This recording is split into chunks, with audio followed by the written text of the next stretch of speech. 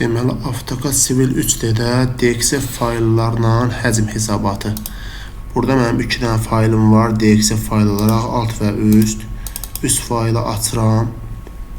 Avtomatik olaraq Civil AutoCAD açıq olduğuna görə açır.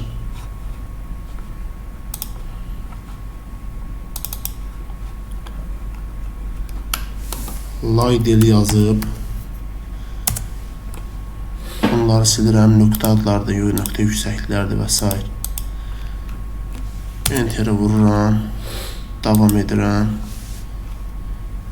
Gəlirəm Surface-ə, sağ düyməni vurub Create Surface, yeni Surface set yaradıram. Ad verirəm. Üst. Burada stillərdə adətən Contour and Triangles seçilməli olur. Burada məndə olmadığına görə buradan düzəliş edib editdən Triangles'ı açıram. OK.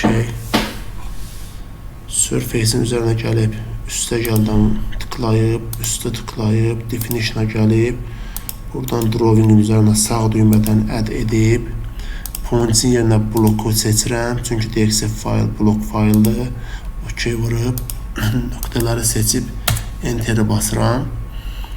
Təzədən üçgənimi seçirəm. Buradan Edit Surface'dən burada line də əlavə edə bilərik, artıq xətləri silə bilərik, düzəliş edə bilərik, əyri üçgənləməli və s.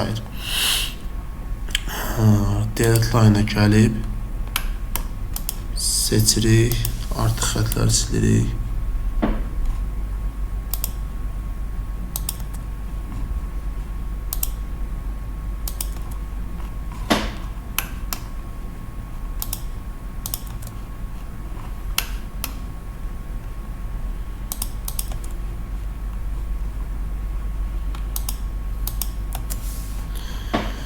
Bu üst fayl kimi digər səhifədə mən alt faylda, alt syomkanda işləmişəm.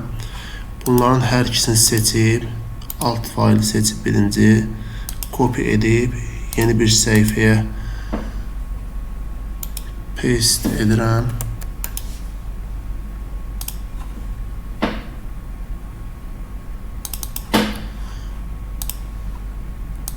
Üst faylı da seçirəm bunun kimi, copy edib, sağ düyməni vurub, hər ikisi düşdü bura.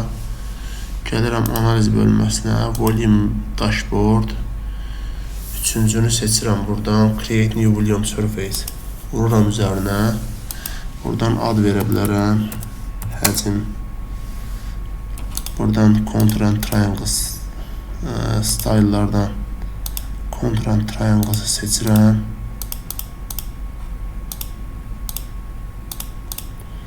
Base Survey'e daxil edirəm üstü. Compression Survey-ə 6. OK vururam. Burada mənim hesabatım çıxır. 3885 kubmetr qazındı. Buradan üstə gəlib vurub ekrana da qeyd edə bilərəm bunu. Nəticələri bu qədər.